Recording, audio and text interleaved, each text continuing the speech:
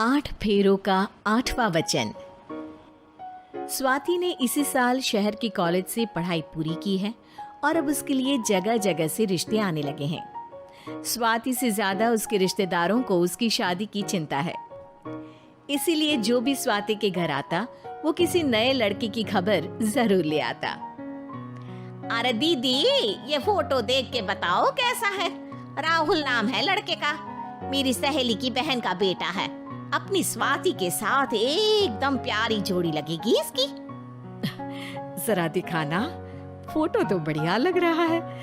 कोई गलत आदत वादत तो नहीं है ना इसे? और कमाता कितना है? अरे कोई गलत आदत नहीं है दीदी, आप कहो तो एक मीटिंग करवा देती हूँ, फिर सब कुछ फाइनल कर लेना।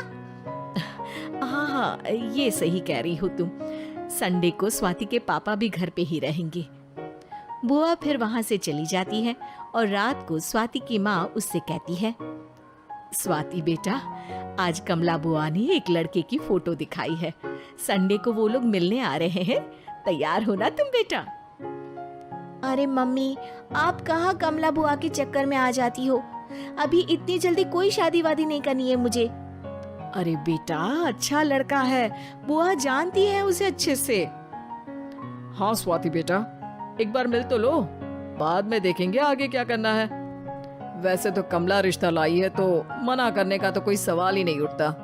संडे की सुबह होती है और कमला बुआ राहुल और उसके मम्मी पापा को लेकर स्वाति के घर आती है। अरे आइए आइए भाभी, इसे अपना ही घर समझिए। इनसे मिलिए, ये मेरे भैया और ये मेरी भाभी है। नमस्ते भाभी जी, ये है हमारा लड़का राहुल, सरकारी नौकरी की तैयारी कर रहा है ये। वैसे आपकी बेटी कहाँ है? अरे स्वाति बेटा, बाहर आ जाओ। वैसे कितनी पढ़ाई की है स्वाति ने? जी, पोस्ट ग्रेजुएट है हमारी बेटी साइंस में। ये सब तो ठीक है, पर घर संभालना जानती है या नहीं? हमें कौन सी इससे नौकरी करवानी है? नौकरी तो मेरा बेटा करेगा ही। पर मैंने इतनी पढ़ाई की है और आप चाहती हैं कि मैं घर पर ही बैठी रहूं? अरे स्वाति बेटा, ये बड़ों की बात में तुम कहाँ बोल पड़ी? हम सब देख लेंगे क्या करना है क्या नहीं।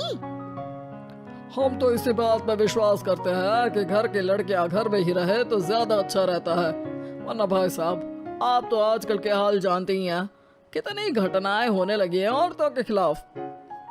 स्वाति बेटा, रसोई का काम तो पूरा जानती हो ना?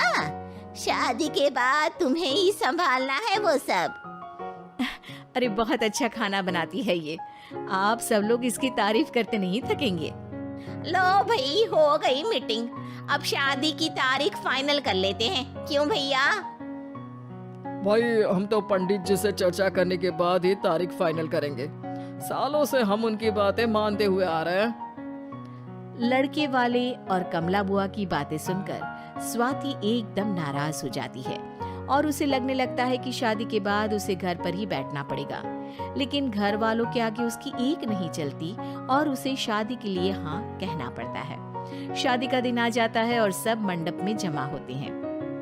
अब फेरों का समय हो गया है, अब कन्या अपने वर से 7 वचन मांगेगी। आप किसी धार्मिक आयोजन में जाए तो मुझे भी ले जाएंगे। आप मेरे माता पिता का भी बराबरी से सम्मान करेंगे, हमेशा मेरा साथ निभाएंगे। आपको दोनों परिवार की जिम्मेदारियां बखूबी निभानी होगी। हर जरूरी बात में मेरी भी राय लेंगे। आप सभी गलत आदतों से दूर रहेंगे। आप मेरे अलावा किसी और औरत से कोई गलत संबंध नहीं बांधेंगे। ये 7 वचन पूरे हुए, वर क्या तुम्हें ये सारे वचन मंजूर है? जी हाँ पंडित जी, मैं सारे वचन अच्छे तरीके से निभाऊंगा। अरे वाह वाह, बढ़िया तरीके से सब काम संपन्न हो गया। तो इसी के साथ विवाह संपन्न हुआ और आज से ये दोनों पति पत्नी हुए। 1 मिनट पंडित जी, अभी एक वचन लेना बाकी है। अब कौन सा वचन है बेटा? मैं अब हमेशा के लिए किसी दूसरे घर में जाने वाली हूँ, तो पति के अलावा मैं अपने सास ससुर से भी एक वचन लेना चाहूंगी। अब कहो बेटी। मैं ये चाहती हूँ कि मुझ पर किसी बात की कोई पाबंदी नहीं लगाई जाएगी। मुझे सब कुछ करने की आजादी होगी और मैं भी विश्वास दिलाती हूँ कि मैं एक अच्छी बहू बन के दिखाऊंगी। स्वाति की बात सुनकर उसके सास ससुर एकदम चौंक जाते हैं और कुछ बोल नहीं पाते कि उतने में कमला बुआ बोल पड़ती है। अरे बेटा, ये भी कोई कहने की बात है? रानी बन के रहोगी तुम तो। वचन देने से पहले सोच लीजिए, क्योंकि शास्त्रों में वचन ना निभाने वालों के लिए नरक से भी बदतर सजा लिखी है। स्वाति की चालाकी से वहाँ मौजूद सब लोग प्रभावित हो जाते हैं और लोगों में बदनामी ना हो जाए, इस कारण स्वाति के सास ससुर को उसे वचन देना पड़ता है। और कैसी अपशकुन वाली बातें कर रहे हैं आप पंडित जी? हमें मंजूर है बेटा तुम्हारी शर्त। स्वाति अपनी समझदारी से अपनी बात अपने ससुराल वालों से मनवा लेती है और खुशी खुशी राहुल से शादी कर लेती है। अब से हर शादी में मैं खुद 8 वचन दिलवाऊंगा। ओम मंगलम मंगलम मंगलम।